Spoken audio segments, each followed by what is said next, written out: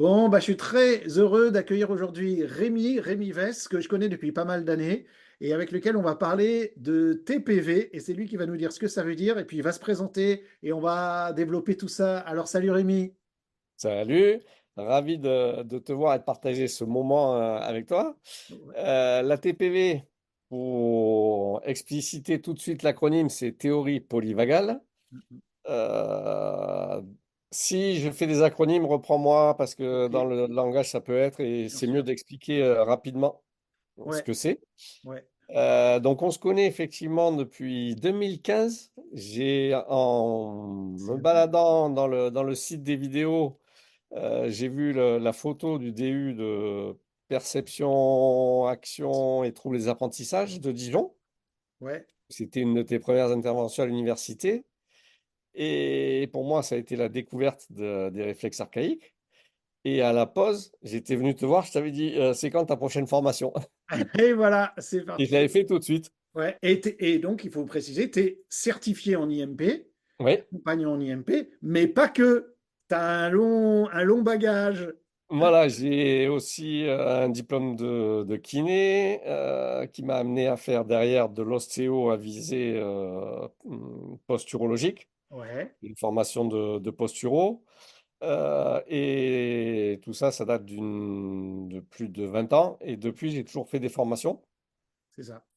Et la curiosité ou l'orientation cognitive de Pavlov, bien développée chez moi, m'ont amené à suivre un fil conducteur pour aller toujours plus loin dans la connaissance des différents systèmes. Mm, mm, mm. Et donc, je me suis retrouvé à apprendre diverses techniques d'ostéo, puis après ce DU de posturo, dans lequel j'ai rencontré les réflexes qui correspondaient pour moi à la mise en place de tout le schéma moteur. Donc, je trouvais que c'était fabuleux pour quelqu'un qui travaille en posturo.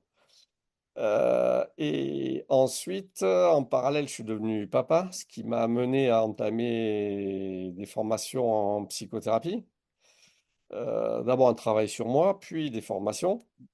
Et comme chaque fois que je fais quelque chose, je veux au bout, je suis devenu aussi psychopraticien, C'est intéressant. après avoir pratiqué l'analyse transactionnelle, la communication non violente, l'IFS, l'Internal Family System, qui a servi de fond psycho au film Vice-Versa. Mhm, mhm. J'utilise beaucoup en travaillant avec les enfants pour leur apprendre le travail sur les émotions et tout ça. Et après, j'ai eu la chance de finir l'IFS avec François Ledoz, qui mettait en place un système où il amenait d'autres notions, notamment la corrégulation et la théorie polyvagale. C'est ça. Et là, j'ai été formé par Deborah Dana, qui est celle qui a mis en application clinique cette théorie qui a été fondée par Stephen Porges. Ouais. Je développerai un peu plus loin. Et au fur et à mesure que je suivais la formation, je me disais, mais ça correspond au réflexe. Ça correspond au réflexe. Et j'ai commencé à faire des liens. Bien sûr, Et J'ai bien sûr.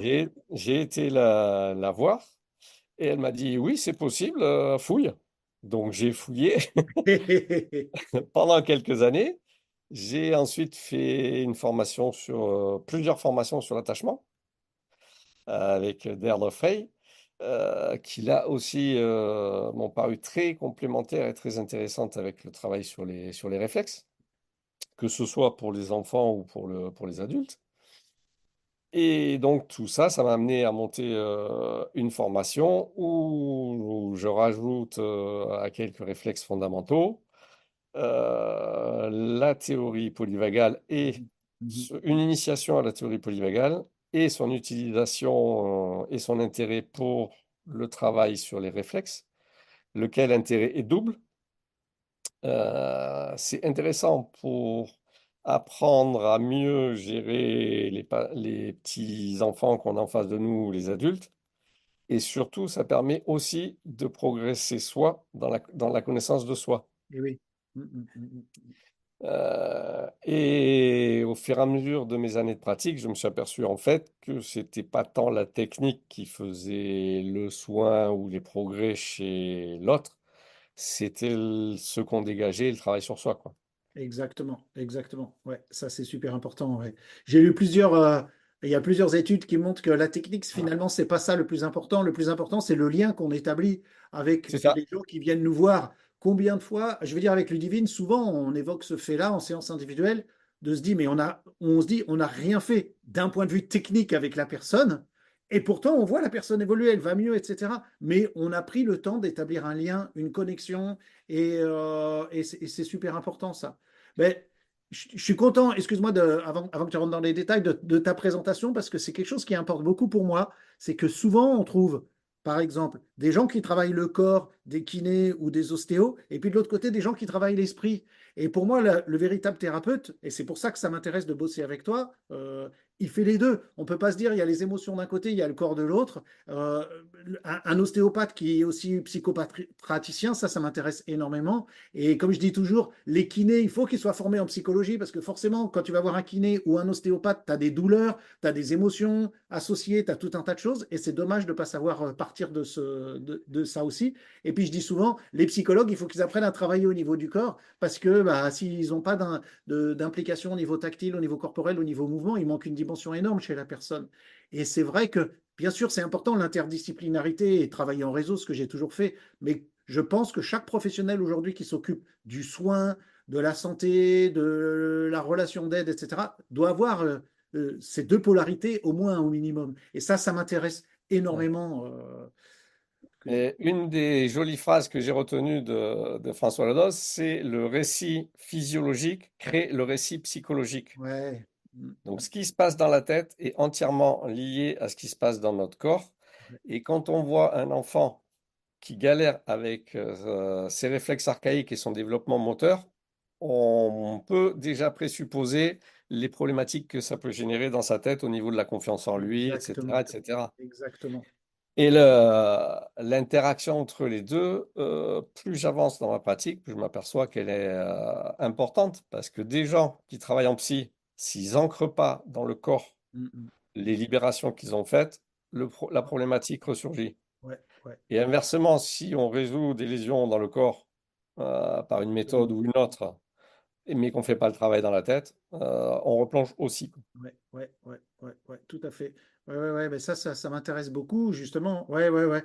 Alors, moi, j'ai une première question. La théorie polyvagale, c'est un truc qu'on entend de plus en plus. Je crois que ça devient un petit peu à la mode, mais il y a sûrement Oui. des bonnes raisons pour ça, hein. Tout comme les réflexes, le travail sur le réflexe devient à la mode, tout le monde en parle et je suis super content. La théorie polyvagale, qui sait qu'on a parlé en premier? Et puis, d'où ça vient cette histoire? D'abord, ça veut dire quoi polyvagale? Et puis, et voilà, explique-nous un peu tout ça, là. Alors, la théorie polyvagale a été mise au point par Stephen Porges, qui est un PhD américain qui a commencé à en parler dans les années. Son premier article date de 95. Il y en a. PhD, je t'arrête tout de suite, tu as dit, PhD, ça veut dire c'est un docteur. Donc, enfin, il Voilà, est c'est un docteur, docteur aux pas États-Unis. Ouais. forcément médecin, mais il a un doctorat, donc il fait en général de la recherche Et universitaire ou quoi. c'est ça, c'est un chercheur C'est ça. à la base, et ça a son importance dans la mesure où lui a élaboré tout le modèle en partant au début des morts subites du nourrisson et des variations de rythme cardiaque. Au Ah, départ, c'est intéressant. vraiment de la science. Et il a à ce jour écrit plus de 300 articles, Mhm, 5 ou mhm. 6 livres. Et le travail qui utilise la théorie polyvagale a été validé en milieu hospitalier aux États-Unis sur les vétérans. Ouais. Mhm. Et quand le système américain valide quelque chose sur ses vétérans, en principe, c'est qu'il y a du résultat C'est ça. efficace C'est ça. et que les assurances s'en trouvent bien. Mhm, mhm. Donc, c'est une première validation. Et ensuite, les applications cliniques ont été développées par Deborah Dana, qui est psychologue de formation aussi, et qui incarne réellement la théorie polyvagale. La théorie polyvagale, au départ, tout le monde a appris qu'on avait deux branches au niveau du système nerveux autonome, Mhm. le sympathique Et le et le parasympathique. parasympathique. Ouais. Voilà. Et Stephen Porges, lui, en a rajouté une, c'est-à-dire qu'il a scindé le parasympathique en deux. Le parasympathique dorsal, qui va s'occuper de toutes nos fonctions végétatives, et le parasympathique ventral, qui lui est lié, et on va faire un nouveau lien avec les réflexes archaïques, et qui est lié aux réflexes faciaux, le 5, le trijumeau, ton fameux tapotement du trijumeau qui vient jouer sur le vague ventral. le 9, le 11 et le 12. Mhm.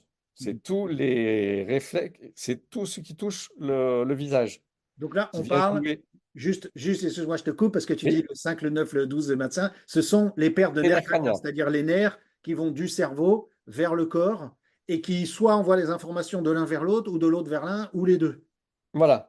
Un des grands principes de la théorie polyvagale, c'est que les informations qui viennent du bas, c'est-à-dire du système digestif et du cœur, vont arriver au cerveau, sont régulées par un système qui, lui, recherche la sécurité. Si la sécurité est présente, on part sur la partie ventrale du système nerveux. Si la sécurité n'est pas présente, on part ou vers le sympathique, qui lui s'exprime par deux modes, fuite ou combat, Mhm. ou vers le sympathique dorsal, qui lui s'exprime par le figement. Et là, les quelques mots que je viens de dire Ouais, permettent de faire des liens déjà. ouais, ouais, ouais, ouais, C'est là que ça m'a sauté aux yeux, moi. Quand j'ai entendu figement, je me suis dit RPP. ouais. Et quand j'ai entendu sympathique, fuite ou combat, je me suis dit Moreau. Mhm, mhm. Et après, j'ai pu élaborer. Donc, toutes les influences qui viennent du bas, et c'est là que ça rejoint la phrase, le récit physiologique crée le récit psychologique, montent par le système nerveux au niveau du cerveau et sont régulées au niveau du thalamus et de l'amygdale, qui est la tour de contrôle, et qui dit danger, pas danger. Mhm. Danger, qu'est-ce qu'on peut faire? Je peux gérer par la fuite ou le combat. Je ne peux pas gérer, je me mets en position de retrait. Soumission, il y a tout un tas de modes après. Et tout va bien, pas de danger. Ok, on peut discuter, activer tous mes nerfs faciaux qui vont jouer sur la prosodie de la voix, qui est calme, posée, sécurisante, qui vont jouer sur les inclinaisons de la tête, les positions du visage, qui vont jouer sur une respiration qui va être beaucoup plus basse, qui vont jouer sur les mimiques, C'est ça, on est plus engageant, et qui vont permettre surtout de discuter, de converser avec l'autre, de créer du lien, parce qu'on peut avoir accès à son cortex préfrontal. Mhm. Alors que quand on est en mode fuite ou combat, on redevient en sous-cortical, et là, les réflexes peuvent se réexprimer, et du coup, on fonctionne sur des modes réflexes, pas sur des modes réfléchis. C'est ça. Mhm. Et donc, ça crée des modifications physiologiques en retour. Par exemple, quand on doit se battre ou partir en courant devant quelqu'un, tout le sang qui était dans le tube digestif, il part dans les muscles pour activer le système. Et c'est ces interactions entre les deux systèmes qui sont super intéressantes à connaître, à expérimenter C'est ça. pour pouvoir les utiliser. L'intérêt de ce que j'ai mis en place en formation, c'est de donner un peu de théorie, de passer par l'expérimentation pour pouvoir intégrer à soi, ressentir, et après pouvoir le lire chez l'autre et du coup l'utiliser pour améliorer la syntonisation dont tu parlais tout à l'heure Ça, c'est et très l'amplation. intéressant. Ouais, ça, c'est très intéressant parce que quand tu parlais du fait que ça va affecter les mimiques, le visage, la respiration et tout, c'est là-dessus qu'on base le fait d'établir une relation avec quelqu'un. Toutes nos relations, parce que la plupart du temps, on pense que le plus important, c'est le contenu, c'est ce qu'on veut dire ou ce que la personne nous dit. Mais on sait que, bon, les chiffres, c'est compliqué, mais une très grande partie de la relation, elle passe par le non-verbal, justement. C'est 80 et quelques Voilà, pourcents c'est qui se 80 et disent. quelques pourcents. Et c'est logique parce que l'idée, c'est que nous, en tant qu'animal, il faut qu'on vérifie s'il y a du danger, si au contraire on est bienvenu ou pas bienvenu. Et donc on apprend à reconnaître avant tout les signaux qui nous disent, tiens là, il y a de la sécurité ou au contraire, il n'y a pas de la sécurité. Et je pense que tout professionnel qui travaille avec des gens, que ce soit en individuel, comme par exemple toi en tant qu'ostéopathe ou psychopraticien, ou en groupe, un enseignant face à une classe ou un professeur, ce qui est mon cas en tant que formateur, on doit enfin comprendre comment ça fonctionne, parce que si les gens sont pas réceptifs ou si que ce soit nous, on est dans un état qui fait que les gens nous perçoivent comme en stress ou quoi que ce soit, bah, ils vont pas être réceptifs. Et puis si nous, on voit aussi que les gens qui sont en face de nous sont pas réceptifs, bah, il y a des choses à faire. Et ça, je pense que c'est très important. C'est la mise en place de la relation entre deux individus ou un groupe, soi-même face à un groupe. Donc pour moi, c'est essentiel. C'est essentiel, d'autant plus que si la communication s'établit de bonne manière, on a accès au cortex préfrontal de l'autre, c'est-à-dire à son cerveau réfléchissant, C'est ça. élaborant, pouvant emmagasiner, enregistrer des informations, alors que si le cerveau de notre interlocuteur est dans le sympathique ou le dorsal, on n'a pas accès. Donc, C'est ça. C'est ça. il n'enregistre pas. Et chez un enfant, typiquement, et ça, je l'ai vécu moi-même, et ça me fait encore remonter des émotions. Quand mon fils n'arrivait pas à faire ses lacets, je Ouais, lui disais dépêche-toi. Mais ouais, plus je lui disais dépêche-toi, plus il se fermait. ouais. Et à la fin, je voyais ses yeux qui se vidaient, il n'y avait plus de sens. Et moi, je continuais à gueuler. C'était il y a longtemps, hein, j'ai grandi depuis. Ah, Et du coup, c'est qu'en fait, il ne pouvait pas. tout à Et fait. souvent, avec les enfants, c'est ce qui se passe. Que ce soit en classe, des consignes non comprises, que ce soit dans un groupe, dans une équipe ou en tant que parent, parce que on ne peut pas être tout le temps parfait en tant que parent, c'est souvent ce qui se met en place. Et une fois qu'on a compris le processus, qu'on l'a intégré soi-même, pour moi, ça a été beaucoup plus facile. Après, quand je sentais que je montais en pression, de prendre un petit temps de côté, Mhm, parce que mhm, du coup, ayant appris à décoder mon système interne, on le voit arriver plus vite mhm, et on peut décoder ce qui va se passer avant, mhm, donc mettre en place une action, mhm. que ce soit par la respiration, que ce soit par regarder ailleurs, que ce soit par différentes techniques que je propose. Et du coup, ça évite de basculer, Mhm. d'envenimer la situation. Je comprends, je comprends. Donc, la première chose qui est importante dans ce que je perçois, c'est d'apprendre à lire la situation Oui, euh, et donc pour pouvoir ensuite y faire quelque chose. Parce c'est que ça. c'est bien beau de me dire, tiens, cette personne, elle n'a pas l'air réceptive, ou moi-même, je ne me sens pas dans un bon état vis-à-vis de cette personne, ça me renvoie à quelque chose.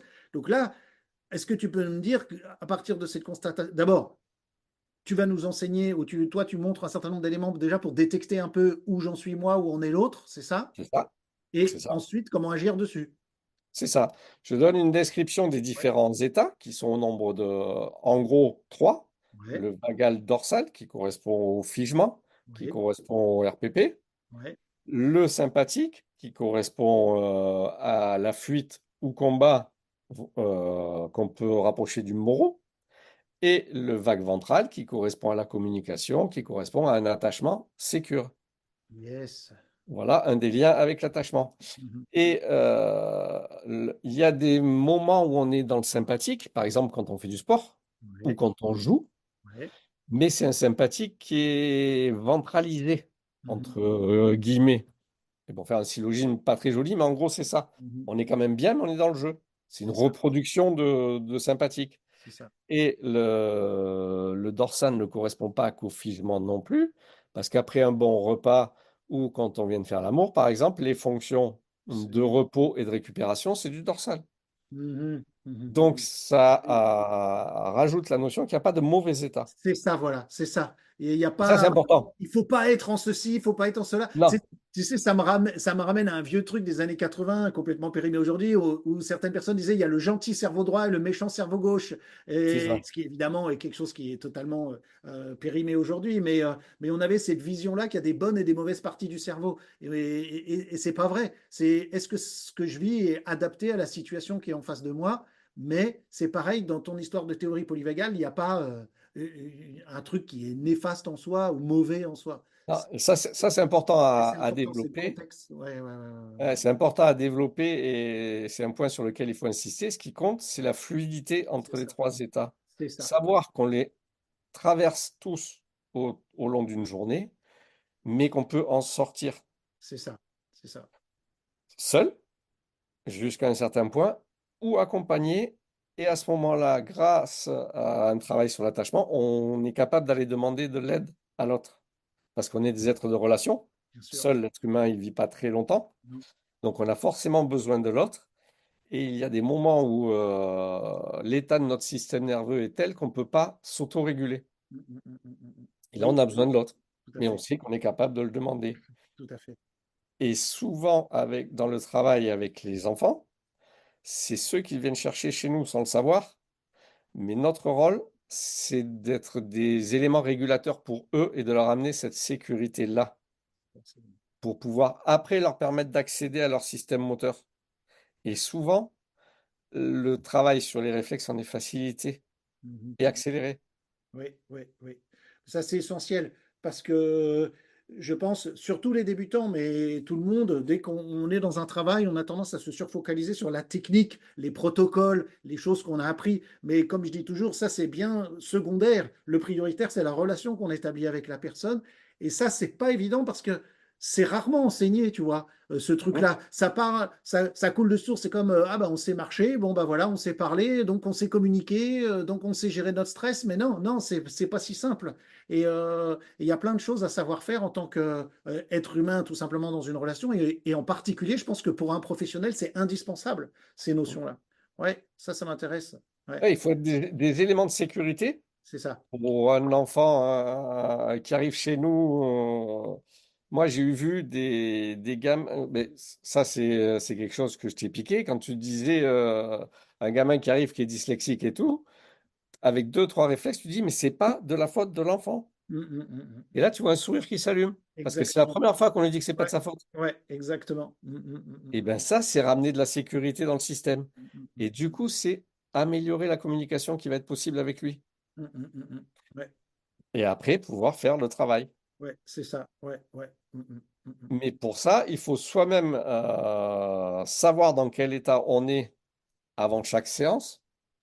Parce que si tu viens de recevoir un coup de fil du fisc ou un coup de fil énervant ou un truc comme ça, que tu rentres avec de la colère, le petit en face avec la neuroception, qui est une autre des notions de la théorie polyvagale, la neuroception, c'est la lecture de toutes les informations non verbales qui nous arrivent. D'accord. Et c'est à mettre en parallèle avec l'interoception, Oui, qui est la lecture de toutes les informations que nous envoie notre corps, mais par des capteurs. tout à fait. La neuroception, il n'y a pas de capteur. Et c'est inné. On est avec ça. Une bébé gazelle, quand elle croise un bébé lion, elle sait que c'est pas bon pour elle. Même si on lui a pas dit et même si elle a envie de jouer. Ça, c'est quelque chose d'inné. Et donc, apprendre à se positionner soi-même en ventral avant une séance, c'est important parce que ça permet d'accueillir l'autre déjà les deux bras ouverts comme ça. Ouais, ouais, très Et bien. du coup, ça crée une sensation de sécurité. Parce que souvent, enfin, souvent les enfants qui viennent nous voir, ou même les adultes, où ils ont des soucis, où ils sont, l'enfant, il sait pas trop ce qu'on va lui faire. Donc, il est toujours un petit peu comme ça. Alors après, il y a divers moyens de rentrer en communication, que ce soit par le jeu, que ce soit par se mettre à quatre pattes avec lui, enfin, se syntoniser, mais rien que soi, déjà être bien positionné, c'est important. Ouais, ouais. Et ça, euh, je vais vous apprendre à le ressentir, savoir où vous êtes et comment en sortir. Ça, c'est intéressant. Hmm. Et y a-t-il d'autres liens que tu fais avec les réflexes, par exemple? Je m'étonne que tu n'aies pas cité, ou alors j'ai pas entendu, le réflexe de protection, par exemple. Qui... Réflexe de protection des tendons, oui. Ouais, Ben, ouais, il s'active aussi rapidement et dès qu'on est dans le sympathique, il s'active. c'est ça, c'est ça. Puisqu'on est ou en mode protection des tendons avant ou en mode protection des tendons arrière, ou on est en mode fuite ou on est en mode combat. C'est ça. Et du coup, là, je passe par ramener de la sécurité plutôt que faire un travail spécifique C'est ça. sur le Exactement. réflexe en lui-même. Mais tu sais pourquoi je te pose cette question et j'apprécie beaucoup ta réponse parce qu'elle va dans le même sens. C'est que ce réflexe de protection, ben, évidemment, je l'ai appris de Paul Denison en éducation kinesthésique Brain Gym. C'est lui qu'on a parlé dans les années Mhm. 80. Et un jour, je lui pose la question. Je dis, mais quasiment tous les ans, parce que moi, toute ma carrière, j'ai travaillé avec les enfants en difficulté d'apprentissage. Et je dis, j'en vois presque que ça. Enfin, je veux dire, tous les enfants ont ça. Et il me dit, tu sais, le simple fait qu'un parent amène un enfant chez un professionnel qui ne connaît pas dans un cabinet et tout, ça le met en stress. Et donc, j'aime bien ta réponse parce qu'au lieu de se dire, tiens, je vois des genoux verrouillés, des réflexes de protection partout, je vais m'en occuper, il a un problème, il faut qu'il fasse ses exercices et tout, toi tu dis, et c'est ça qui m'intéresse, il faut déjà amener de la sécurité. Parce que si les personnes ne se sont pas dans la sécurité, bah, il y a plein de réflexes qui vont s'activer, réflexes qui n'ont peut-être rien à voir avec la raison pour laquelle ils nous viennent, mais qui sont créés par la relation qu'on a. Moi, je pense tout simplement au fait d'aller, par exemple, dans un cabinet d'un psy pour la première fois, ou d'un médecin, ou d'un neurologue, ou je sais pas quoi. On est stressé, et puis on n'est pas écouté, et puis ça va vite, et puis forcément, si on est avec quelqu'un qui lit la posture, etc., il va se dire, oh là là, c'est une catastrophe cette posture. Bah oui, mais je suis en état de stress, c'est pas ma posture habituelle. Et donc ça, C'est c'est ça. intéressant. cette chose-là. Parce que d'amener de la sécurité, surtout quand on teste les réflexes, bah, quand on va observer les réflexes, ça va éviter justement de mettre la personne dans un état finalement qui est un peu fictif, qui est lié à la relation qu'on a établie et non pas à son objectif, la raison pour laquelle elle vient nous voir. Donc ça, c'est C'est ça. intéressant. J'ai eu constaté à des tests de réflexes qui étaient activés. Je faisais mon travail, pas de réflexe. Mon travail sur la sécurité, je ramenais et compagnie, je retestais derrière, il n'y avait plus rien. Et bien là, tu dis une des choses qui m'intéresse le plus, c'est que les réflexes, c'est quelque chose qui nous permet d'observer le fonctionnement de la personne. Oui, Et c'est ça qui m'intéresse. Et en fait, une intervention peut être totalement différente de vouloir travailler sur les réflexes. C'est-à-dire que toi qui fais de l'ostéopathie ou justement ce travail psychologique ou corporel ou de respiration, tu peux faire ça et en constater l'effet sur les réflexes. Donc les réflexes, c'est pas forcément un truc sur lequel on travaille, tu vois, directement. Je veux dire, ça nous permet de voir ce qu'on fait, mais c'est oui. pas le réflexe en tant que tel qui nous intéresse, c'est ce qui a mis la personne dans un certain état, un schème, un fonctionnement, un pattern, quoi. C'est un élément d'information sur l'état du système nerveux C'est ça. de la personne qu'on a en face. Et on se rejoint tout Voilà. à fait. C'est exactement ce que je pense. Et là où ça a toute son importance, c'est que ça peut permettre d'aller travailler des points psychologiques en Oui, passant par le corps. c'est ça. Donc sans aller aborder le traumatisme. Mhm. Parce que de ramener un travail sur un réflexe qui est désinhibé, donc qui est présent, en le ramenant, on ramène de la sécurité dans le système. Donc Mhm. on va pouvoir aborder la personne d'une autre manière et c'est aussi comme Mhm. ça que je l'utilise maintenant. Génial. À l'inversé, je pars du corps pour ramener des sensations sécures parce un réflexe bien fait, un mouvement amène à un mouvement bien fait Oui, et un mouvement bien fait amène de la sécurité dans le oui, système. oui. Et quand on a de la sécurité dans le système, on peut prendre de la distance avec son traumatisme, entre guillemets, ou sa problématique. Ah, Et du coup, super. l'aborder différemment. Ouais, ouais, ouais, ouais, ouais, ouais, tout à fait. Ah, c'est chouette, c'est chouette. Écoute, c'est passionnant tout ça. Donc, toi, tu nous proposes un séminaire pour travailler sur ces sujets-là. Voilà, donner une initiation à la théorie polyvagale, Ouais, apprendre à ressentir les différents états, ouais, apprendre à activer, à jouer avec le frein vagal par des petits oui. travails simples de corps. À jouer avec le frein vagal, c'est ce que font tous les enfants naturellement. Ça s'appelle jouer à se faire peur. Ouais, ouais, C'est un ouais, joli mot pour dire ça, ouais, mais j'apprends à le faire aux adultes ouais, en y mettant toutes les explications neurologiques. ouais. Et ça permet après de gérer la séance. Parce que, par exemple, moi, il m'arrive quand je fais un bilan de réflexes ou qu'il y en a un certain nombre qui sont activés. Alors, il y a une époque, on disait il faut commencer par le RPP parce que c'est le premier. Il y a une époque, on disait il faut commencer par celui qui réagit le plus fort. Et maintenant, ben, des fois, moi, je commence par un qui est tout facile, où je suis à peu près sûr d'avoir un résultat parce que je vais ramener un peu de sécurité et de confiance Exactement, tout à fait, chez l'enfant. tout à Et fait. après, il vaut mieux réussir. Il faut le ramener. Et ça, c'est l'attachement parce qu'en fonction du type d'attachement qu'il a, Oui. j'adapte le travail à son type d'attachement. Mm. Donc, le premier point,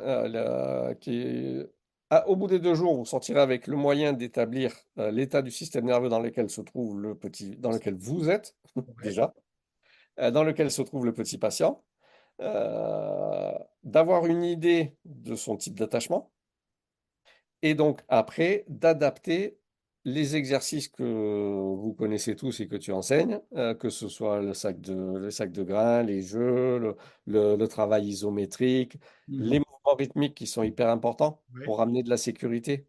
absolument. Et ça, je l'ai compris après. Les mouvements rythmiques, c'est une perle, quoi. Absolument. Ouais, absolument. C'est une pépite dans le travail. Ouais. Parce que c'est lié à ce qui se passe in utero, au moment où se met en place le système nerveux, parce que le RPP se met en place vers le 5e mois, comme par hasard, au moment où commence la myélinisation du nerf vague, Du cinquième mois ou du cinquième semaine? semaine, pardon, semaine. Semaine, voilà, c'est pour ça. Ouais, ouais, on Oui, est oui, d'accord. semaine. Oui, oui, C'est tout au début. Parce que si ça se myélinise au cinquième mois, il y a un petit peu de Non, problème. non, c'est un peu tard, ouais. Un peu C'est un ça. peu tard. On est d'accord. Cinquième Oui, semaine. oui. Et la mise en place est concomitante. Oui, Après se met en place le système myélinisé, après se met en place tout le système des nerfs crâniens et ça oui, correspond à l'émergence des réflexes. c'est Et in ça. utero, qu'est-ce qui se passe? On vit avec les rythmes du diaphragme, de la marche de la mer. Oui. On vit au rythme de la mer. Mm. Donc, le rythme est un des premiers éléments de sécurité qu'on a. Donc, après, passer par le rythme ou les tapotements Oui. que tu utilises pour le réflexe de paralysie par la peur, mais c'est le même principe. Ça vient ramener de l'information dans la structure et une des choses qui nous met le plus dans la sécurité, c'est notre structure. Mm. On s'évade dans sa tête, Ouais, mais pour être là et incarné, il faut être dans sa structure. ouais. Donc, c'est un stage de 2 jours où on va Ouais. voir la théorie polyvagale avec énormément et principalement des applications pratiques. Il y a beaucoup d'exercices, ouais. C'est ça, C'est pas que de la théorie. ouais. Et qu'en est-il des liens avec les réflexes? Justement, tu vas prendre le temps d'expliquer tous ces liens que tu fais ou est-ce que ça change ta manière d'aborder les réflexes? Bah oui, tu l'as dit, du fait de la Voilà, séance ça différente. change et ma manière de les aborder, et des fois même, je dis dorsal, je dis RPP, Ouais, en fonction de enfant, adulte, c'est presque une manière de parler. ouais. Ça modifie le travail parce que un enfant qui arrive dans le sympathique, je vais d'abord chercher à le poser avant d'attaquer les tests et les réflexes. Absolument. Après, une fois que j'ai réussi à rentrer en communication avec lui, là oui, on peut mettre en place des tests et de la rééducation. Ou je vais simplement travailler sur la sécurité pour lui expliquer, pour lui montrer, pour le toucher d'une certaine manière, pour faire remonter son système en perdant pas le contact avec les yeux. Parce que le contact avec les yeux, c'est un moyen pour lui de se raccrocher. Parce que quand on descend dans le dorsal, c'est comme ça que ça s'appelle, c'est comme si on faisait une espèce de chute libre. Et la personne en face, la figure qu'on peut appeler la figure d'attachement, puisque pendant les séances, on est des figures Oui. d'attachement, Mhm. ou des co-régulateurs, vient le tenir, il faut garder le contact avec lui. Bien Il faut que le sûr, contact soit physique et présent, et le contact visuel est super important aussi, ça c'est bien. si on est bien centré. C'est sûr. Donc voilà, et tu vas nous apprendre tout ça. Ouais, ben, écoute, c'est intéressant. Le séminaire dure 2 jours. Il Oui, est ouvert à qui? Est-ce qu'il y a des prérequis? Est-ce que c'est ouvert à tout le monde? Est-ce qu'il faut avoir fait au moins un séminaire en IMP ou en RMT ou en réflexe ou en quoi que ce oui, soit? Ou comment ça se positionne? je pense que c'est préférable, ouais. Ouais, un séminaire. Un séminaire. Donc c'est ouvert à toute personne qui a déjà une petite connaissance autour des Les réflexes. réflexes, Génial, super. Bon, bah, là c'est intéressant. Donc, on va mettre sous la vidéo les dates, les manières ouais. de s'inscrire au stage. Et puis, bah, ça m'enthousiasme beaucoup. J'en profite pour dire, avant qu'on clôture cette vidéo, qu'on va faire une autre vidéo parce que tu vas nous proposer un deuxième séminaire, mais là qui sera plus spécifiquement orienté sur l'attachement. L'attachement et les réflexes archaïques, ouais. Voilà, oui, pardon, évidemment, l'attachement et les réflexes archaïques. Donc ça, c'est un autre sujet qui me passionne énormément et qui, tu as déjà évoqué l'attachement dans cette histoire de théorie polyvagale. Il y a des liens qui sont énormes là, il y a des Oui. choses de base. Donc on va faire une autre vidéo que je vous invite à regarder, mais là déjà, on a toutes ces informations sur le stage proposé par Rémi, la théorie polyvagale et les réflexes. Mais pour moi, ça me semble, tu sais, ça fait des années que je me pose ces questions-là parce que quand j'ai créé l'IMP, en 2010 et puis les premiers cours ont eu lieu en 2011, je voulais avoir une dimension pour travailler sur tout ce dont tu viens de parler, la relation, l'aspect entre guillemets émotionnel, la respiration, le contact visuel, mais j'ai pas ces compétences et ces connaissances suffisamment développées. Alors au début, je me suis dit tiens, on va faire des liens avec les réflexes et l'émotionnel, on a fait des trucs, mais ça reste des techniques en lien avec les réflexes, ça touche pas le cadre de la relation qu'on établit avec la personne qui me manquait. Et ça, je pense que ce que tu me dis là devient une sorte d'indispensable pour moi. Et l'établissement de la relation est prioritaire, même sur tout le reste, peu importe que finalement on fasse de l'IMP, des réflexes ou de l'ostéopathie ou n'importe quoi. Cette relation est basique dans tout ce qu'on fait. Dans tout Ah, ce mais qu'on fait. ça a fait tilt dans ma tête quand je l'ai entendu parler, quand je l'ai ressenti, je me suis dit, mais c'est ça. Ouais. Ça m'a fait comme avec toi, quoi. À chaque fois, mais c'est ça qu'il faut, c'est ça qu'il faut. Super. Eh bien, écoute, Et du coup, j'ai ça vraiment. fait 4 ans de formation, 4 ans que j'arrête. Et là, je vais faire la formation dispensée par Portgis à partir de la rentrée Ouais. pour être certifié américain, quoi. Génial. Voilà. Génial. Bah, écoute, Mm. je te remercie pour cette conversation, mais je suis un peu frustré. J'ai hâte de suivre le cours. Non, mais c'est tellement important. Et puis, bah, j'incite tout le monde à s'inscrire et à suivre le cours. Et merci beaucoup et à bientôt pour une seconde vidéo, donc. Ok, avec plaisir. À bientôt. Merci.